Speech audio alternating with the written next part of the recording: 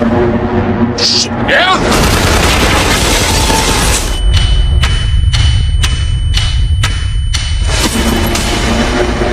Come to me! I remember saying that the first film was the most intense action film I'd ever done.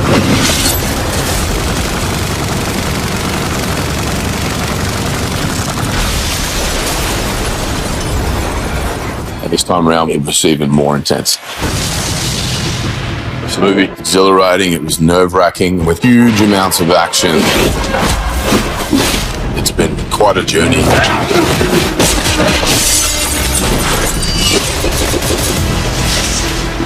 Extraction 2, it's a bigger, crazier, and epic extravaganza. With car chases, you got high falls, fist fights. Chris, just incredible. He's doing stunt sequences that go on for so many beats. He's willing to put himself out there, both emotionally and physically, for the good of the film. Sam's a real storyteller.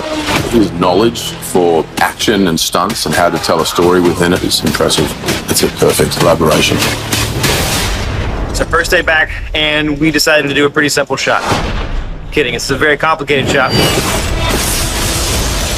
For this movie, we're going to come out with a one sequence that's over 20 minutes long, where we have real helicopters landing on the rooftop of moving trains. That sequence was one of the toughest. I was strapped to or moving on top of a speeding train while a real helicopter was landing 3 feet from me. It's pretty amazing to watch the skill from everybody orchestrating that shot.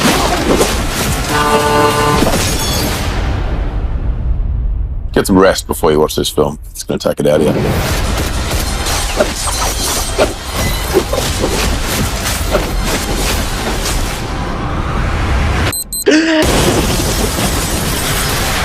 We're about to light 5 stunt players and Chris Hemsworth on fire. Don't tell Netflix. I'd come off the most recent Thor film, so I was just like training and eating and training and eating. I was big, but in this film, the focus was to strip that down, be a lot leaner, a lot more agile, just because there were so many things that were required of me. We were working from 8 to 7, a lot of preparation on the body, army training. Today we're able to come out on the range with Chris. We went over some of the basic stuff with firearm, hammering down on those fundamentals of shooting. The unique thing about Chris is that he's a massive guy, but he's super coordinated and super physical. Day in and day out, Chris trained to be able to do the fights himself, and it allows us to do longer takes when normally you're hiding a stunt double. It's the hardest thing I've ever been involved in. We really set the bar on the first one, so the only place to go this time around was even more of all of that. We wanted the audience to feel what it's like in real time to go on this extraction with Tyler Rake. We got fist fights, we got people on fire, we got car chases, helicopters, Chris Hemsworth firing big guns. It's unbelievable. He is the most humble international star I've ever worked with.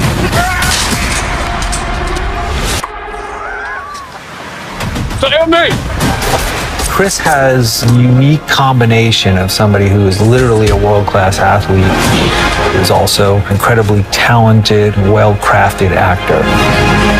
I can't express enough how impressed, how so thankful I am to be working with someone who is both collaborative and willing to put himself out there, both emotionally and physically. It was exhilarating, it was nerve-wracking, but man, it's a pretty wonderful collaboration.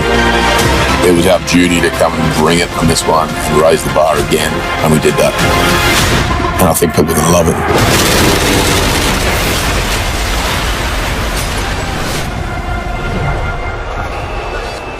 We kind of set the bar on the first movie for this style of action, so it didn't really feel like an extraction movie without a oneer in it, and figured what better place than this first big action sequence to show the extraction in real time like we did in the first film.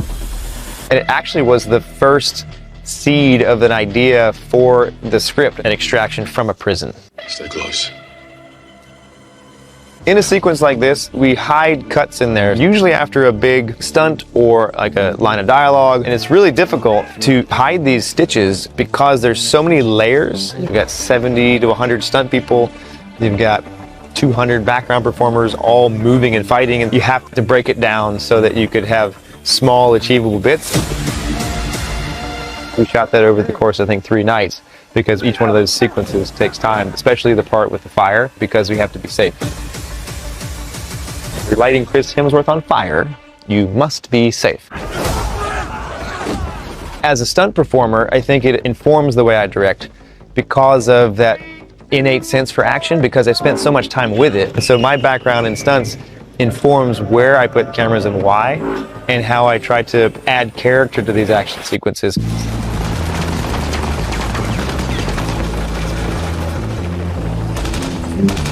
Easily the most complicated logistically was the train sequence. You've got moving trains, you've got lead actors on moving trains, you've got real helicopters, and you have to photograph that in a way that fits the style of our movie, which is generally handheld and very up close and personal. So we had different configurations of the train. We'd block it out and say, all right, we're shooting this way because of the sun or for whatever reason. So it was just a puzzle.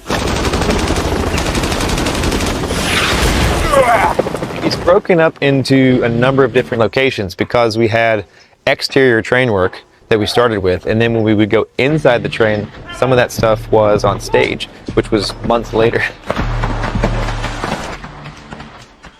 Landing the helicopter took us 5 times. The take that was actually in the movie, I believe, is take 3, because by the time we got to the end, the pilot was so good, he was landing it so perfectly that it looked fake. So we wanted to make sure there was movement so people would realize it was actually real.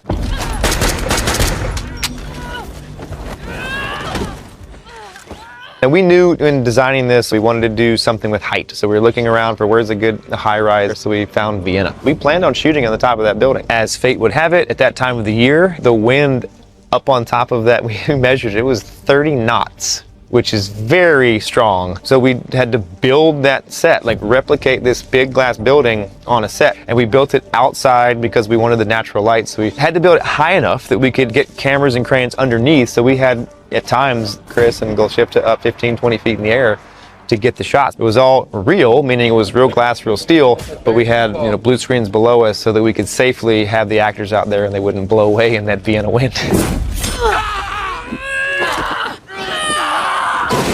Inspiration for the awning fight sequence, probably from every Jackie Chan movie I ever consumed as a kid. And it was just relentlessly consuming this Hong Kong action cinema. And it wasn't just Jackie Chan, there was a lot of Jet Li, Sammo Hung, Yuen Biao, Wu Ping, all the amazing artists of that time period, like the 80s, 90s, and early 2000s, just voraciously. I couldn't get enough. And so when I think about action, because of all the time I spent consuming that, that's what kind of comes out. So when Nick gets tackled off the top of the roof, that's a very kind of Hong Kong style stunt, rather than cutting it up like, 1, 2, 3. It's like, let's see him go over and then just sit back and watch him fall. The physicality of a stunt like that, to me, that's art. It's a thing of beauty. And I've always loved watching it in the Hong Kong cinema, and then seeing it in a movie that I'm directing is a dream come true. God gave me a mission to rain vengeance upon your head. Sometimes there's a great sacrifice in enacting God's will. The reason we said it in a church was for the villains, for the Nagazi. There's a bit of a cult-like connection within that group. But then on RAKE's side, it's like, it's a story, again, of kind of redemption. Chris stays very fit and sharp mentally. But what we tried to do with Extraction2, we both sat down and said, how do we give people what they want, but push ourselves and push the fans to just new heights of excitement and entertainment. He wanted to, again, do as much as possible. That took a lot of training because the fights were a little more intricate, a little more complicated than the first movie. His collaborative spirit and his willingness to show up every day before work starts and stay after to commit to the best product possible is unparalleled. And so when you work with someone like that, it drives you to be better. And I think that's how these movies are able to get better, is we keep pushing each other.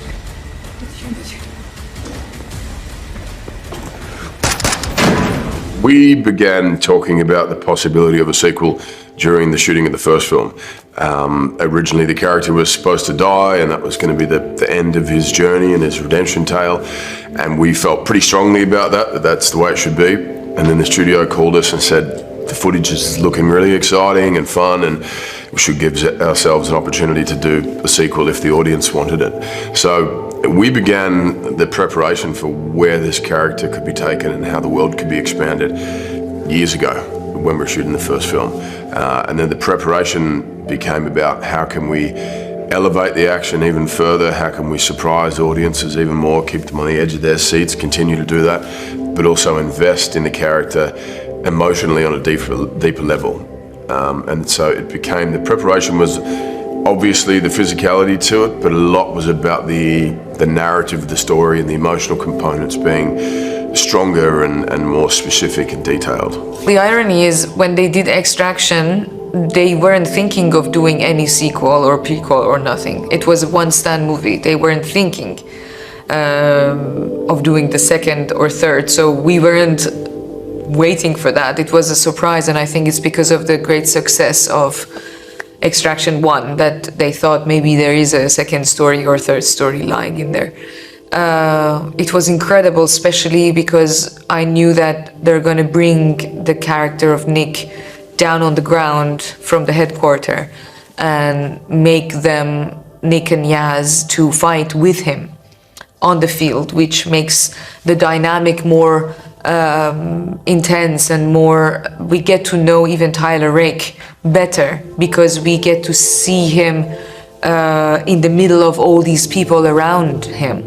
So I would say it was incredible. Also knowing that what we're doing and who Sam is. I mean, he's a great, incredible professional in action field. Working with him, we learned so much, I think, after this kind of movie. Whatever movie you go on in an action world, you're like, I've done it, I know what it is, so I can easily represent myself as an action actor. So it was really, really exciting. I have this sort of, not quite love-hate, but appreciation for it, and also pure exhaustion when I do stunts like this. The stakes are so much higher, the risk is higher, but the reward is off the charts and unlike anything I've experienced before. And so my favorite, yet most challenging, would have been probably the prison yard sequence, where there's 300 or 400 different extras and background artists in the shot and stunt performers. Things are on fire, things are blowing up. It's all shot in a one-er, as opposed to traditionally when you'd shoot an action scene, you'd have 3 or 4 cameras on it. If there was a mistake made here, you could cut to a different angle. Whereas this, everything had to be perfectly aligned and everyone had to be in sync. If not, back to the beginning and start again. So it was exhausting. The repetition, the rehearsal time was so much more intense, but the elation and the sense of achievement once we'd completed a section, the communal collaboration and excitement was at an all-time high. The most thing I really think about is this fight on the train, because it was the fight. And also for the whole stunt team and the choreographers, they were really thinking about it, working on it for months. It was very important for them, and at the same time I wanted to do everything myself. I didn't want any stunt to do my work.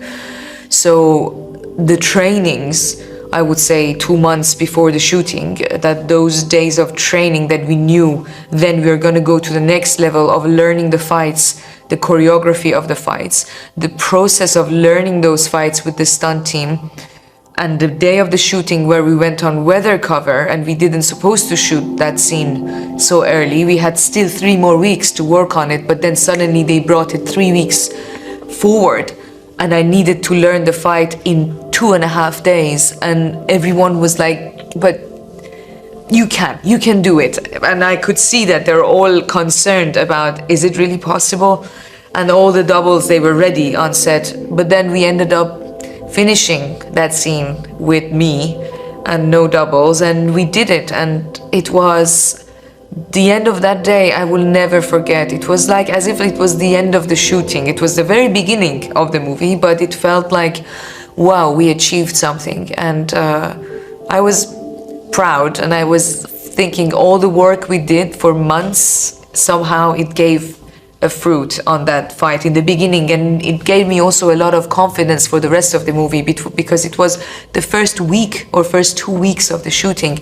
So then I went on as Nick for the rest of the movie. I would say, yeah, and I had to change my underclothing 3 times that day because we started at 8, we finished at 6, and it was as if like we were running a football field for like 8 hours non-stop. We didn't have even lunch break, so it was incredible. I think what's really exciting about this film, and in the same vein of the first one, is that everything is shot within camera. I think, myself, audiences have become fatigued with the amount of visual effects we see on screen now, and it looks like a video game.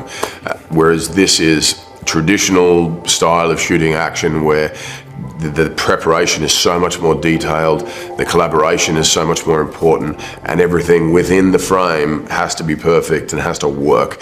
Otherwise, you do it again.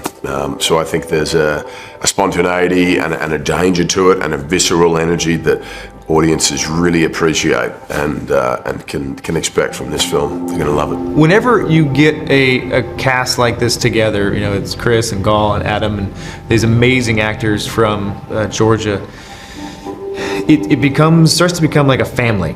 And so you're having a really good time of laughing and joking, where we're all playing. It's all make believe. Like this is not not real life. It's exciting and sometimes can be very dangerous, but we try to play seriously, if that makes sense. So we're having a great time, but we don't want to ever take ourselves too seriously, because then I think it starts to put a damper on the set. I like to keep a very fun, open environment where we have music playing between takes. And people are laughing and having a good time when it's appropriate. And then when things get you have to have a dramatic scene, we can all control ourselves and come into the art of it. But I think the fun was just being around this cast and crew. It was just some of the best people that I've ever worked with. So I think that made every day a memorable and fun experience.